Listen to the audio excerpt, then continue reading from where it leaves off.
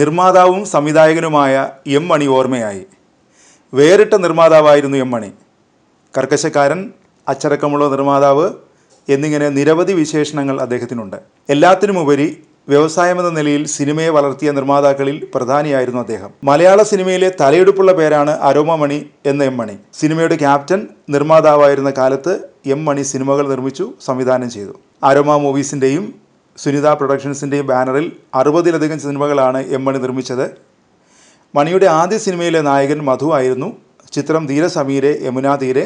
ചിത്രം പ്രദർശനത്തിനെത്തിയത് 1977. പിന്നീട് മലയാള സിനിമയിൽ എം മണി നിറഞ്ഞു നിന്നു. നിരവധി സൂപ്പർ ഹിറ്റ് ചിത്രങ്ങൾ. മമ്മൂട്ടിയും മോഹൻലാലും സുരേഷ് ഗോപിയും അരോമയുടെ ചിത്രങ്ങളിലൂടെ സൂപ്പർ താരങ്ങളായി വളർന്നു. ഒരു CBI ഡയറക്കുറിപ്പ്, 20-ാം നൂറ്റാണ്ട്, ജാഗ്രത, കോട്ടയം കുഞ്ഞച്ചൻ, ധ്രുവം, കമ്മീഷണർ, ബാലേട്ടൻ തുടങ്ങി സൂപ്പർ ഹിറ്റ് ചിത്രങ്ങളുടെ പട്ടിക നീളുന്നു. ഇടയ്ക്ക് നിർമ്മാണത്തിൽ നിന്നും സംവിധാനത്തിലേക്ക് എം മണി കടന്നു. സ്വന്തം കഥയിൽ ജഗതി ശ്രീകുമാറിൻ്റെ പിതാവും എഴുത്തുകാരനുമായ ജഗതി NK ആചാര്യ എഴുതിയ തിരക്കഥയിൽ ആ ദിവസം എന്ന സിനിമ സംവിധാനം ചെയ്തു. 1982 ഈ ചിത്രം റിലീസ് ചെയ്തത്.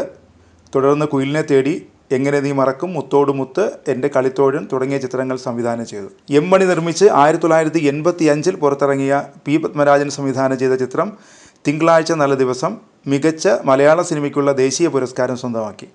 1986 സത്യനന്ദിക്കാട് ഒരുക്കിയ ദൂരെ ദൂരെ ഒരു കൂടുകൂട്ടാം എന്ന സിനിമയ്ക്ക് മറ്റ് സാമൂഹ്യ വിഷയങ്ങൾക്കുള്ള മികച്ച ചിത്രത്തിനുള്ള ദേശീയ പുരസ്കാരവും ലഭിച്ചു. 2013 പുറത്തു വന്ന ശ്യാമപ്രസാദ് ഫഹദ് ഫാസിലിനെ നായകനാക്കി ഒരുക്കിയ ആർട്ടിസ്റ്റാണ് അവസാനം നിർമ്മിച്ച ചിത്രം. എം മണിയുടെ വിയോഗത്തോടെ മലയാള സിനിമയിലെ ഒരു കാലഘട്ടത്തിനാണ് തിരശ്ശീല വീണത്.